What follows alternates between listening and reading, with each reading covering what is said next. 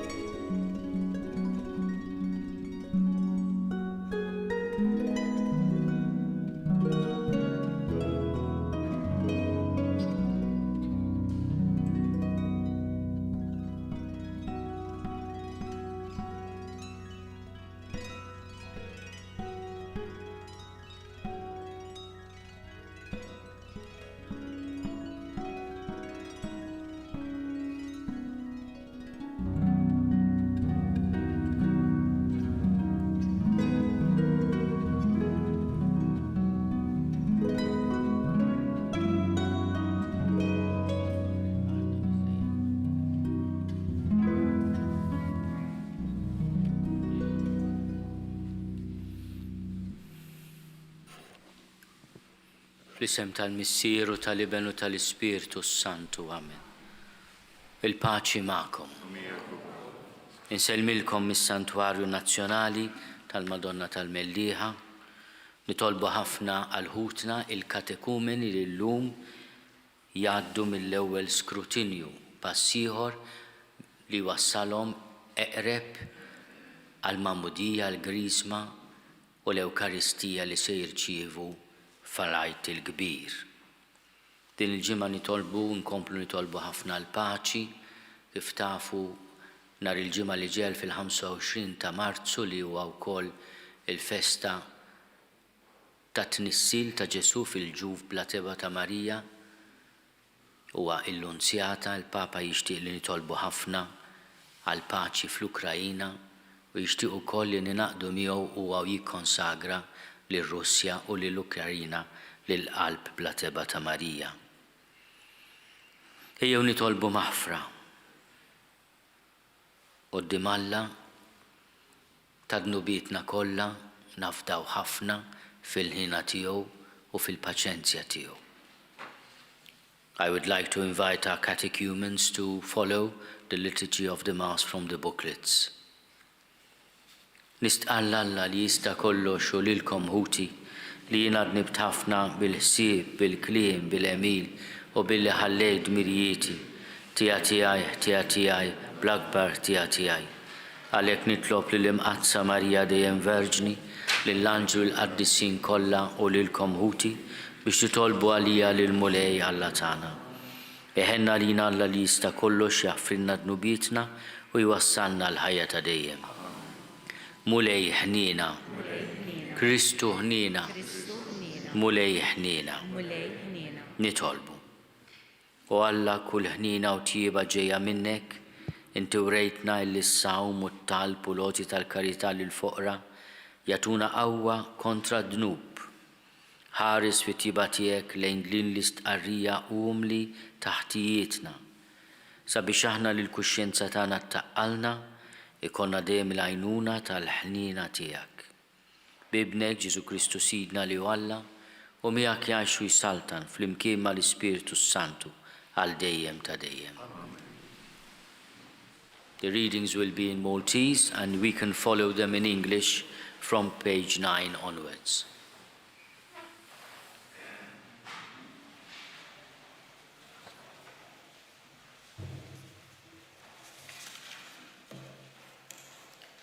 Qari mill-ktieb tal-Eżodu.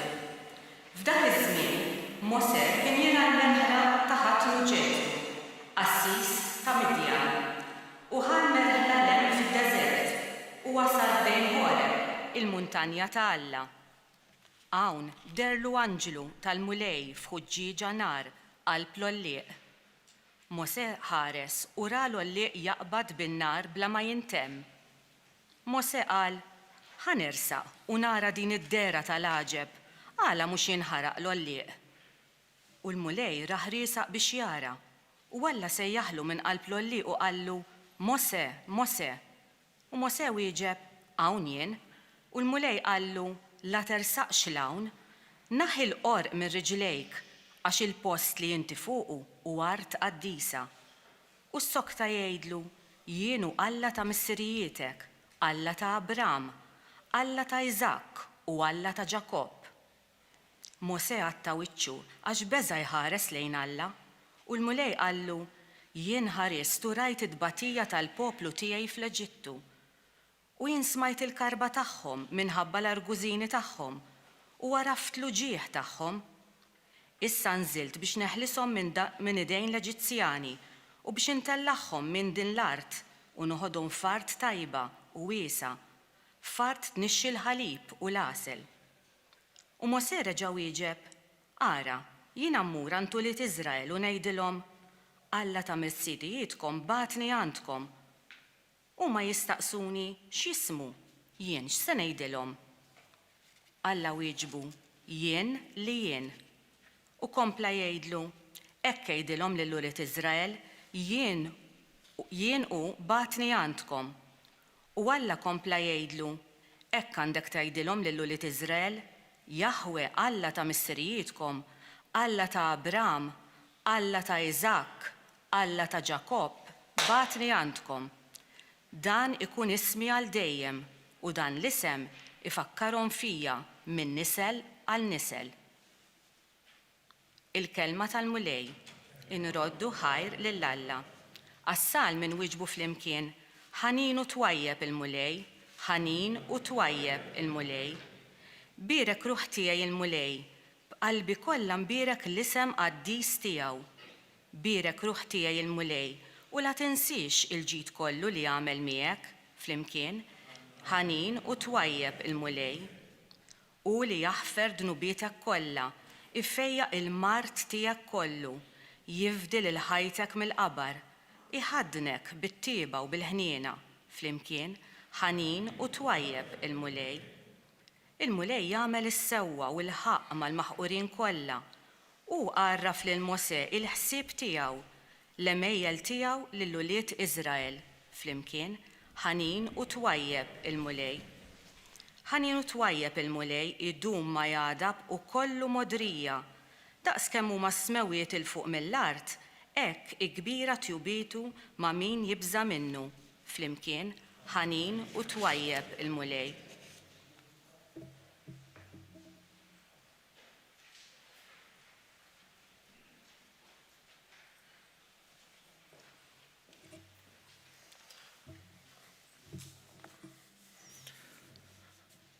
Qari mill-ewwel ittra ta' San Pawl Apostlu lil Korintin. Ma rridkomx ma tkunux tafu, ħuti, li missirietna il-koll kienu taħt isħaba, il-koll qasmu l-baħar, il-koll kienu magħmda f'Mosè fi sħaba u fil-baħar. Il-koll kielu mill-istess ikel spiritwali, xorbu tas-sew mill-blata spiritwali li kienet timxi magħhom, u din il-blata kienet Kristu. Madankollu il-biċċa kbira minnhom lil Alla ma oġbuhx għax il-koll waqgħu mejta fid-deżert. Dan ġara b'eżempju għalina biex ma nixxenqux għal ħwejjeġ ħżiena bħalma xxenqu huma. Anqas m'għandkom tgergru kif għamlu xi wħud minnhom u qerdhom il-qerriet. Dan kollu ġralhom b'eżempju u nkiteb bit-twiddiba għalina li fuqna wasal tmiem żminijiet. Min jidhirlu li hu wieqaf joqgħod attent li ma jaqax. Il-kelma tal-mulej.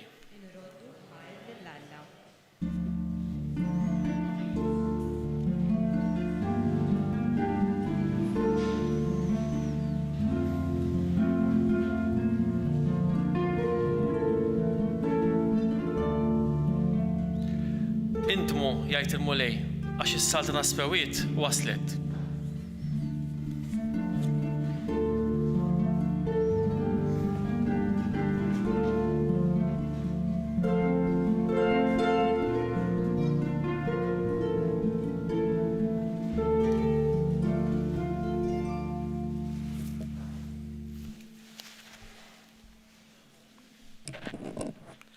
Il-mulej ma'kom.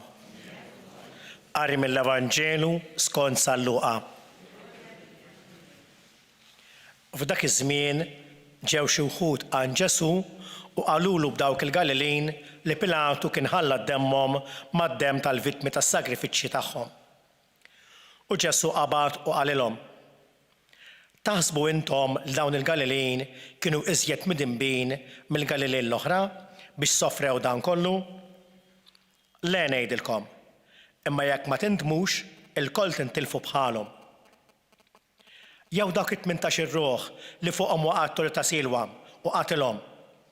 Taħsbu intom li kienu iżjed ħatja minn nies l-oħra ta' Ġerusalemm? Le ngħidilkom, imma jekk ma tindmux, il-koll tintilfu xorta waħda. U qalilhom dil-parabola. Wieħed kellu siġra tat-tin imħawla fl-għalqa. Mar ifittex il-frott fiha u ma sabx.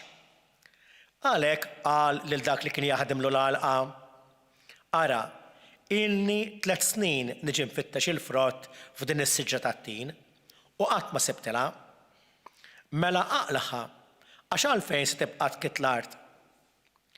Iżda dak wieġbu: Inti ħallija Sinjura għal din is-sena sa ma naqsqilha madwarha u nagħtiha d-demel. Id-dieħla għandha mnejn tagħmel il-frott. Jekk le, aqlaħħa. Il-kelma tal-mulej tifħir lilek Kristu.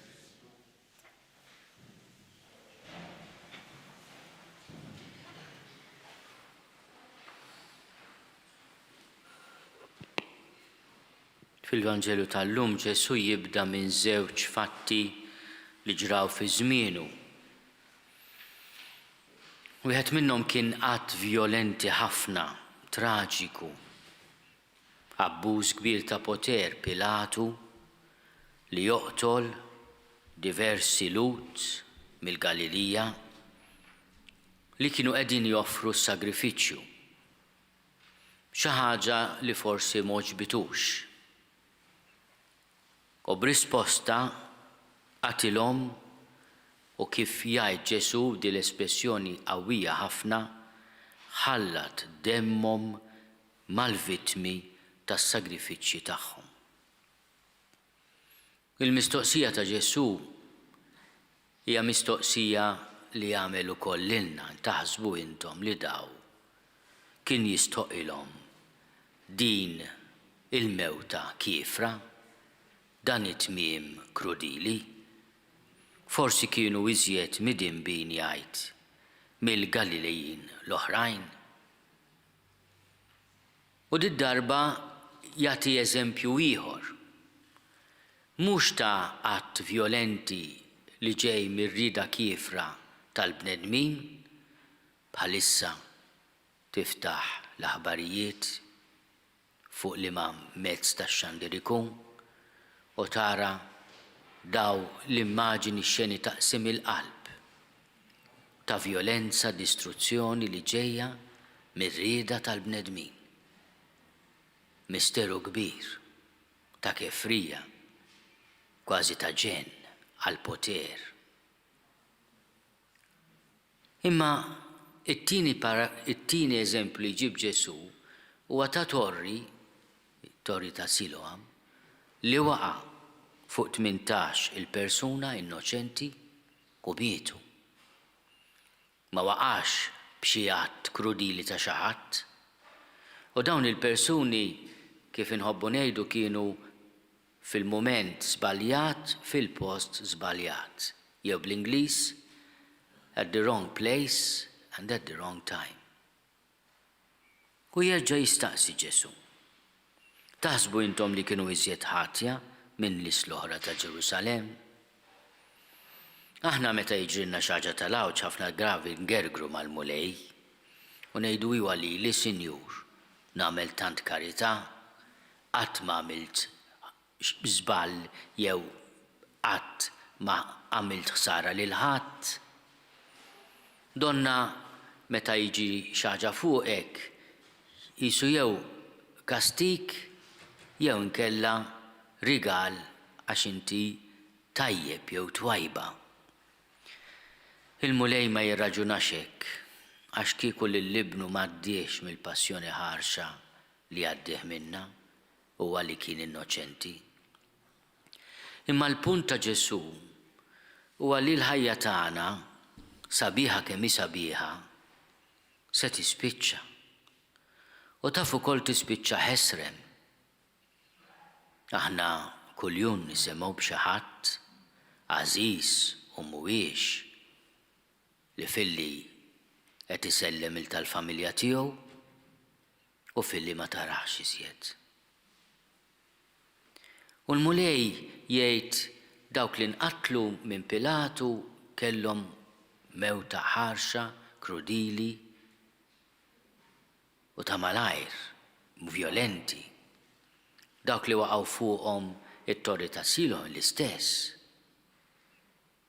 Jiġrilkom l-istess jekk intom ma tidimbux tipprepara ruħek għall-laqgħa tiegħek mal-mulej. Aħna t-tentazzjoni tagħna tkun u iva mbagħad nara u mbagħad meta nixxieħ ikolli ċans immur il-Knisja. It-Taljan kienu jħobbu jgħidu quando non posso più torno al buon Gesù. Meta ma mbagħad il-ħila kollha ta' mbagħad immur il-Knisja. Nagħmel qrara tajba, ma inti taf jekk se jkollok ċans, ħabib, oħti. Mhux aħjar nibdew ngħixu ta' nies minn issa. U tgħidli aħna mhux il-koll dgħajfin, veru, mhux il-koll midinbin, tassew. U għalhekk għandna bżonn regolarment nersqu għal dawk il-mumenti ta' ndiema li permezz tagħhom il-mulej ifarraġna bil-ħniena tiegħu. Għandna bżonnu, għandna bżonn il-ħniena tiegħu. Hija nagħmlu stil ta' ħajjitna li aħna u narfu kemm aħna dgħajfin u midinbin ma niddejqux, ma nistħux, nersqu qudiemu. U ngħidulu erġa' ġejt jinta, erġa' fattarta. U ma jafx miexi xaħna maġunin. Jaf anke xem fil-qalb tagħna. Mbagħad jagħtina parabola Ġesu biex jikompli jispjega dal-punt.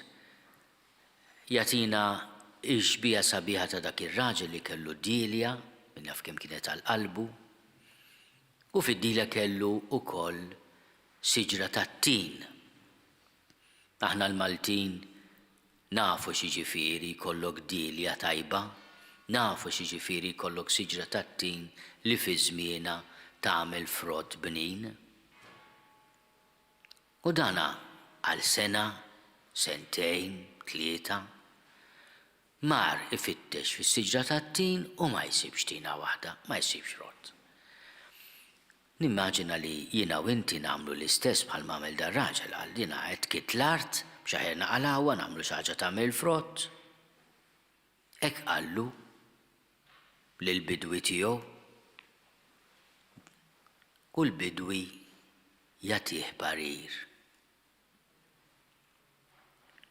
Inti ħallija Sinjur għal din is-sena sa ma nasqilha madwarha u nagħtiha d-demel.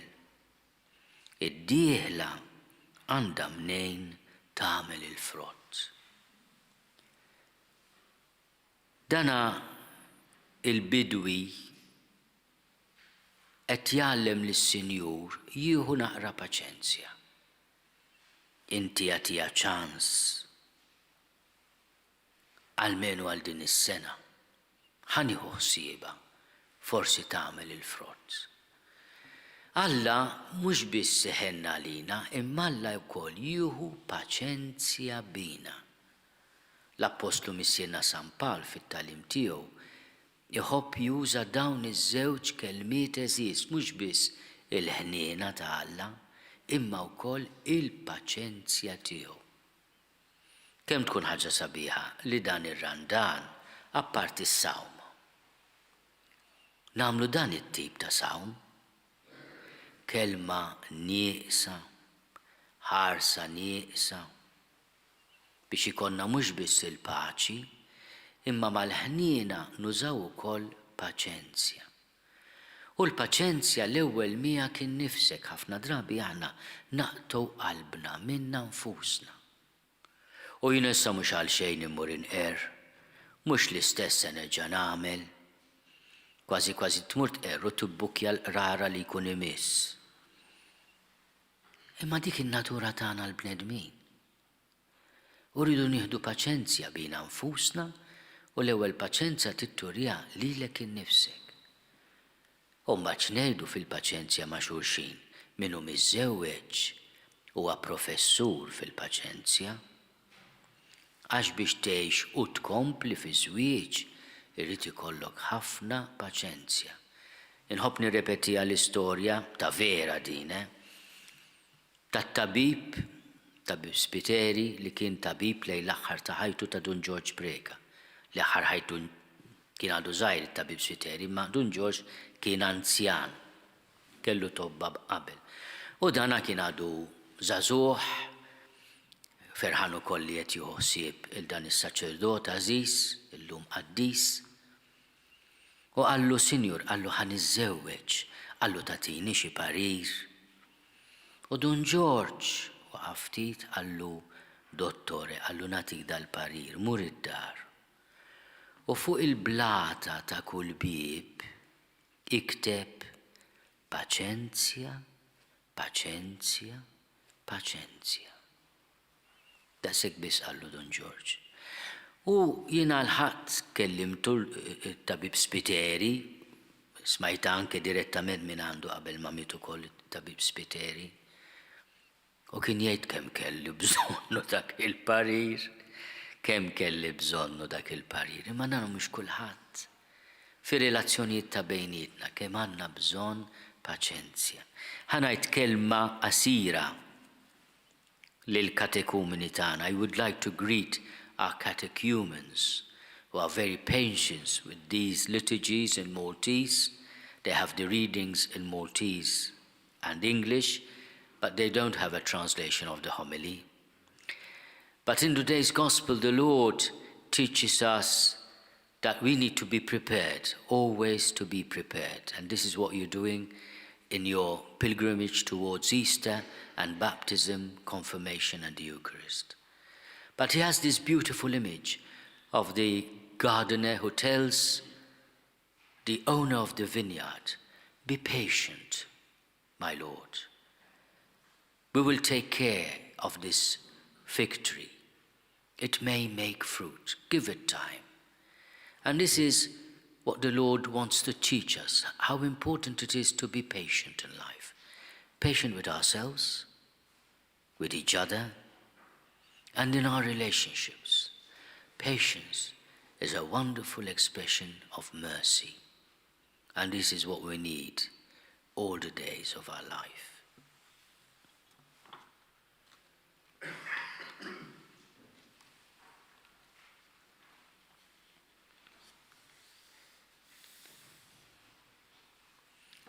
Elect, I invite you to join your prayers to this community of faith and to kneel as we intercede to God on your behalf. So I would like to invite the catechumens to kneel in their benches. Il-bqija ħna inqumu bil-wif għat-talba tal-fedili. The catechumens kneel down in the benches. Thank you.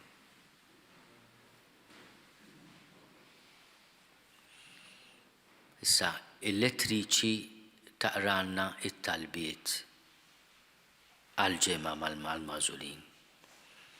Il-Knisja għażlet bil-fiduċja lil dawn il-mażulin wara l-mixja twila li għamlu Nitolbu għalihom biex wara tħejja tagħhom fil-festi tal-Għid jiltaqgħu ma' Kristu fis-sagramenti tiegħu. For our catechumens, please follow the prayers from pages 17 in English and 19.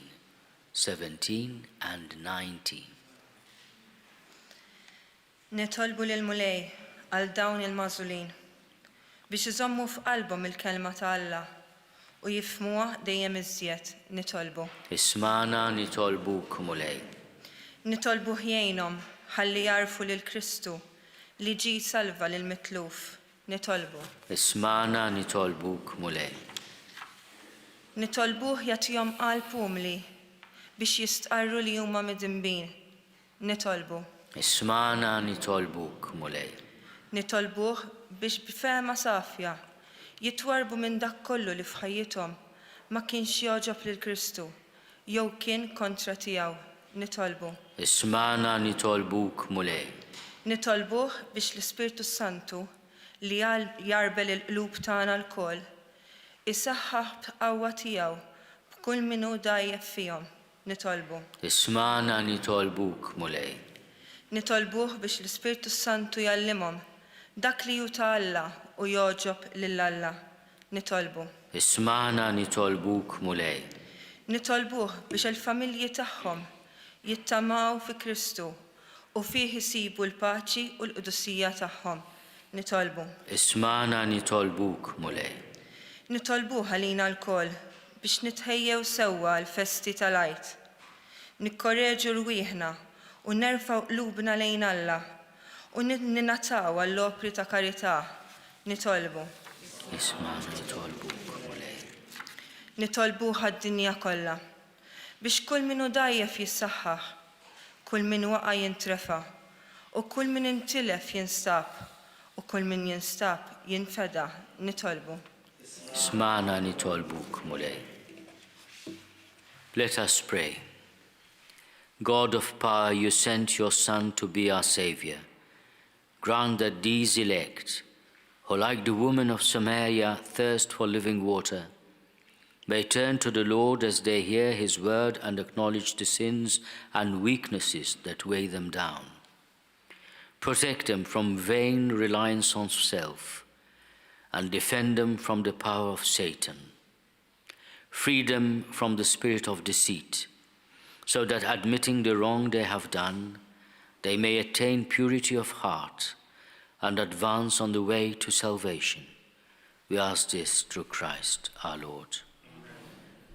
Now the elect will come to the altar and I will place my hands on them in silence.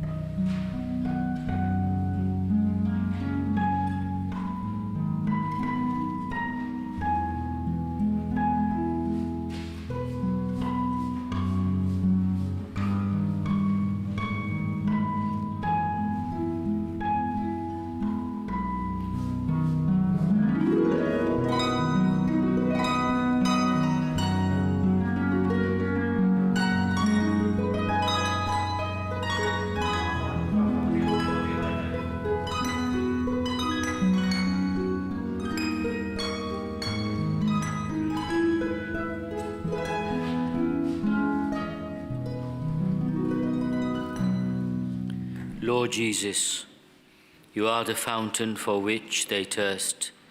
You are the Master whom they seek. In your presence they dare not claim to be without sin, for you alone are the Holy One of God. They open their hearts to you in faith. They confess their faults and lay bare their hidden wounds.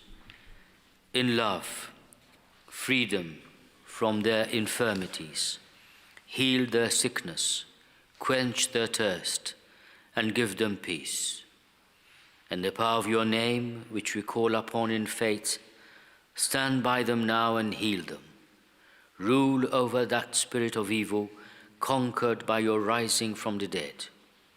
Show your elect the way of salvation in the Holy Spirit, that they may come to worship the Father in truth, for you live and reign forever and ever. Amen.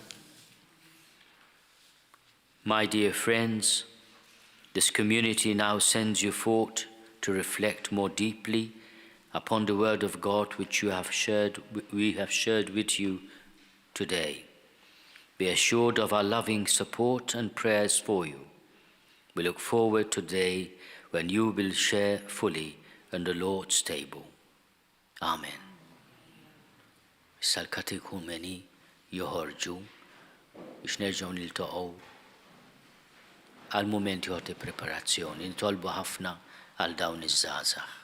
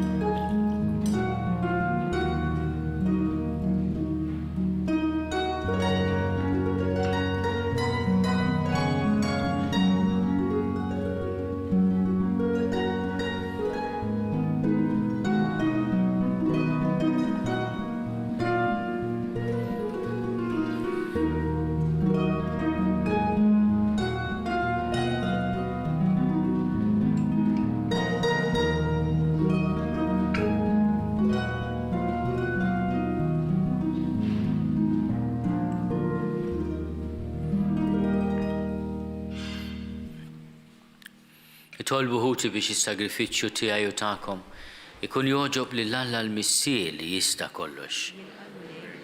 Sagrifiċċju għat-tifħir u glorja ta' ismu għal ħtiġijiet tagħna u tal-Knisja mqazza kollha tiegħu. Taffi mulej kollha tiegħek b'dan is-sagrifiċċju li sejrin nofrulek. U bħalma aħna qegħdin nitolbuk biex taħfrilna dnubietna, ejna biex naħfru lil min fost ħutna u ħati għalina bi Kristu Sidna. Amen. Il-mulej ma'kom. U miegħek ukoll. Nerfgħu lubna l-fuq. Nerfgħuhom lejn il-mulej. Niżuħaj lill-mulej Alla tagħna. Hekk sewwa u xieraq. Sewwa u xieraq tassew mulej missier qaddis, Alla ta' dejjem li tista' kollox. Tajjeb u taġi tas-salvazzjoni tagħna li dejjem u kullimkien inrodulek ħajr. Bit-takkis ta' ġisimna intrażżan fina drawwiet ħżiena. Terfalna ruħna lejn is-sema, tqawwi fina drawwiet tajba u troddinna l-ħlas tal-ħajja ta' dejjem bi Kristu Sidna. Bih ifaħru l-kobor tiegħek l-anġli, iqimuk id-dominazzjonijiet, u jitredu quddiemek is-setat. Il-kol ferħana jfaħruk is-smewwiet mas-serafini u l-qawwiet tas-sema. Flimkien ma tagħhom ilqa' nitolbuk it-tifħir tagħna waqt li bil-qiema ntennulek. Qaddis, qaddis, qaddis, u li Alla tal-eżerċti, ismewtu l-art mimlija bil-glorja tiegħek, osanna fl-oli tas-smewwiet, imbirek minn ġej f'isem il-mulej, osanna fl-oli tas-smewwiet.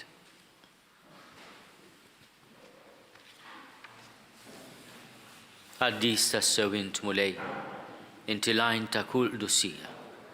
Qaddis għalhekk nitolbuk dawn l-offerti bil-barka tal-Ispiritu tiegħek biex isiru għalina l-ġisem u d-dem ta' Sidna Ġesu Kristu. li meta kien se jingħata biex minn rajħibati ħal ħobs rattil ħajr qasam tal id-disċipli tiegħu u qal: Ħudu u kulu l-koll minn dan, għax dan huwa ġismi li jingħata għalikom.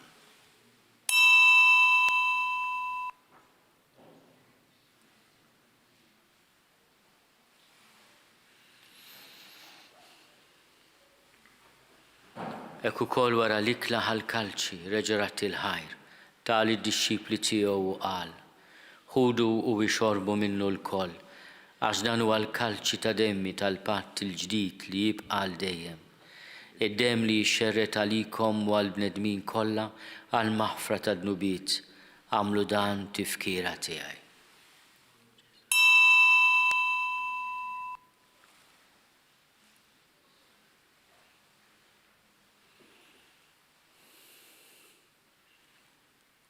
Dan hu l-misteru tal-fidi. Nħabbru l-mewt tiegħek mulej, inxandru bil-ferħ il-qawmin tiegħek, nistennewk sa ma tiġi fil-glorja. Għalhekk aħna nagħmlu dan tifkira tal-mewt u l-qawmin ta' Sidna Ġesu Kristu.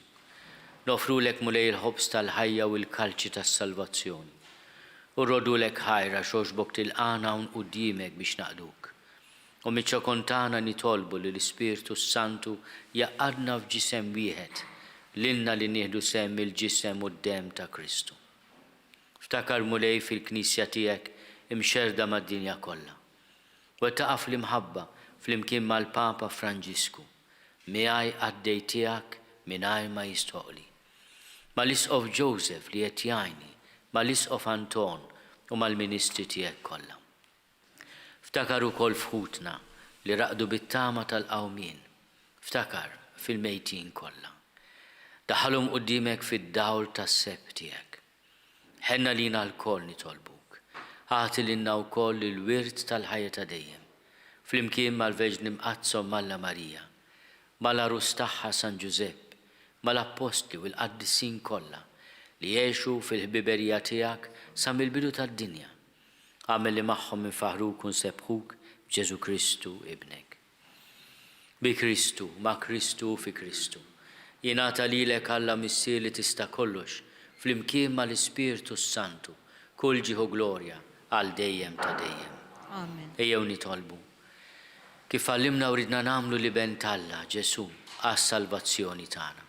Missierna li inti fis-smawiet jitqaddes ismek tiġi saltnatek. Ikun li trid kif is-sema hekk fl-art.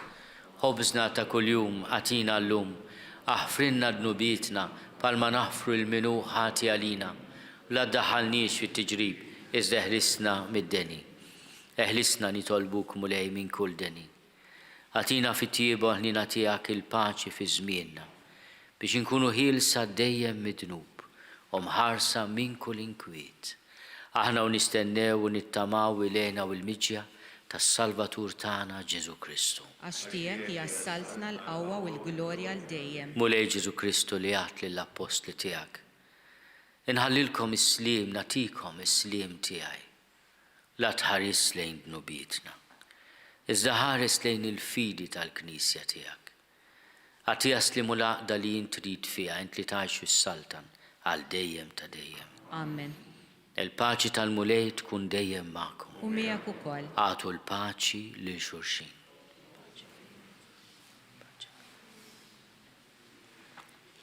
Il-ġisem flimkien mad-demm ta' Sidna Ġesu Kristu ikunu jiswew lilna li se nitqarbnu bihom għal ħajja ta' dejjem. Ħaruf Alla li tneħħi d-nubiet tad-dinja ħenna lina. Ħaruf Alla li tneħħi d-nubiet tad-dinja ħenna lina. Ħaruf Alla li tneħħi d-nubiet tad-dinja għatina l-paċi. Mulej Ġesu Kristu bil-Alla l-ħaj, bil-mewt tiegħek kif rid minnek il-missieru bil-ħidma tal-Ispirtu Santu, intajt il-ħajja lid-dinja.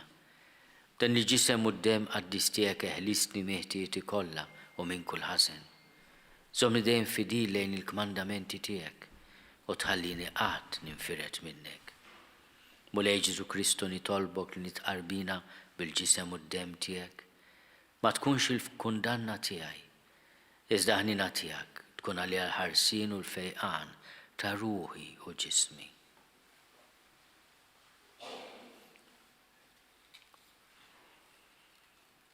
danu l-ħaruf talla, danu li neħid nubiet tad-dinja. Ħennin dawk li huma mistiedna l-ikla tal-ħaruf. Mulej ma jistoqlix li tidħol taħt is-saqaf tiegħi, iżda biss kelma waħda u ruħi tkun infejja.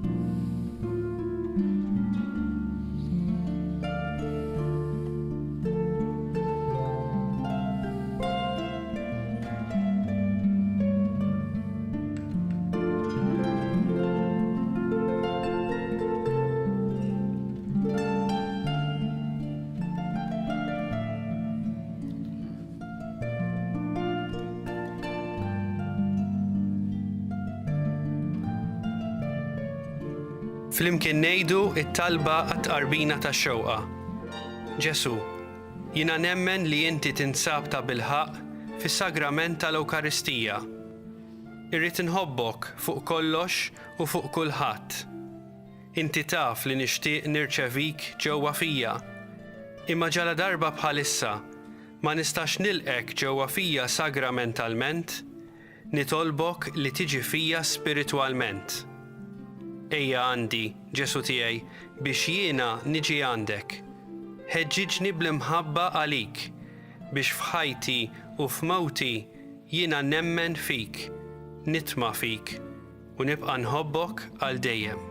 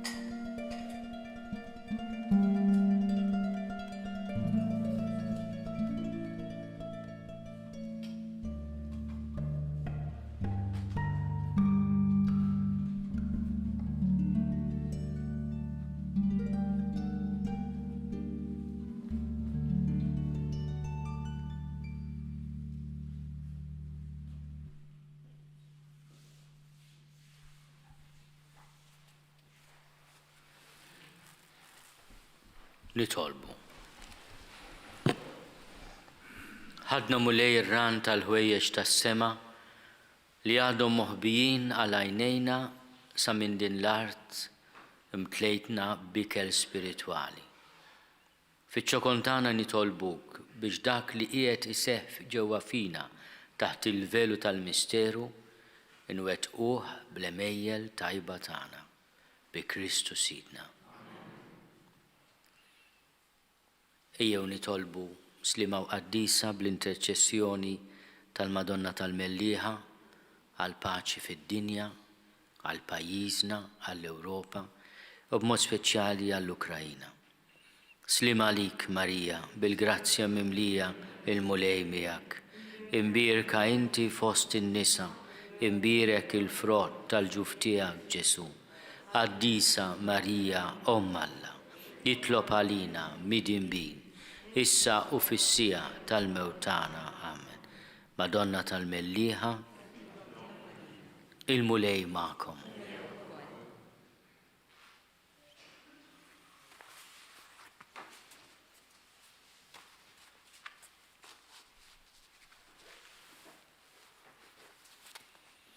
Iberikkom Alla li jista' kollox, il-Missier u l-Iben u l-Ispirtu Santu.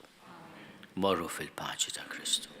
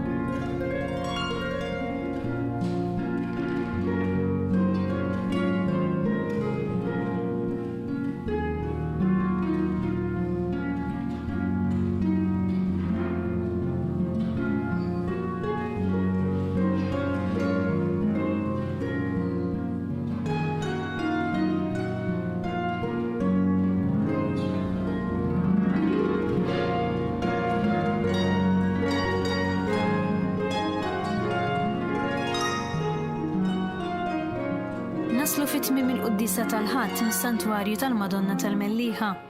Waqt din il-Quddisa kienu preżenti dawk li l-Knisja laqgħet ftit ta' xurilu bħala katekumeni u bdiet proċess ta' katekeżi magħhom biex jirċievu s-sagramenti. Bħalissa għaddejjin minn 3 riti ta' purifikazzjoni imsejħa l-iskrutinji. Fit-tielet ħadd tar-Randan jiġifieri llum fir-raba' u fil-ħames ħadd tar-Randan l-Arċisqof jitlob lil Alla sabiex isaħħaħ lil dawn l-eletti, l-adulti, sabiex ikunu mħarsa minn kull tentazzjoni u għerq waqt li jippreparaw biex isiru membri tal-Knisja. Infakkarkom li fid-dawl tal-gwerra għaddejja bħalissa fl-Ukrajna min jixtieq jagħti donazzjoni biex jgħin lill-poplu Ukren jista' jagħmel kuntatt ma' Caritas Malta fuq 22-199-000 mit-2 sal-ġimgħa fil-ħinijiet tal-uffiċċju jew inkella jżur il-website caritasmalta.org. Nirringrazzjakom tal-ġenerożità tagħkom. Il-kumplament tal-ħadd it-tajjeb.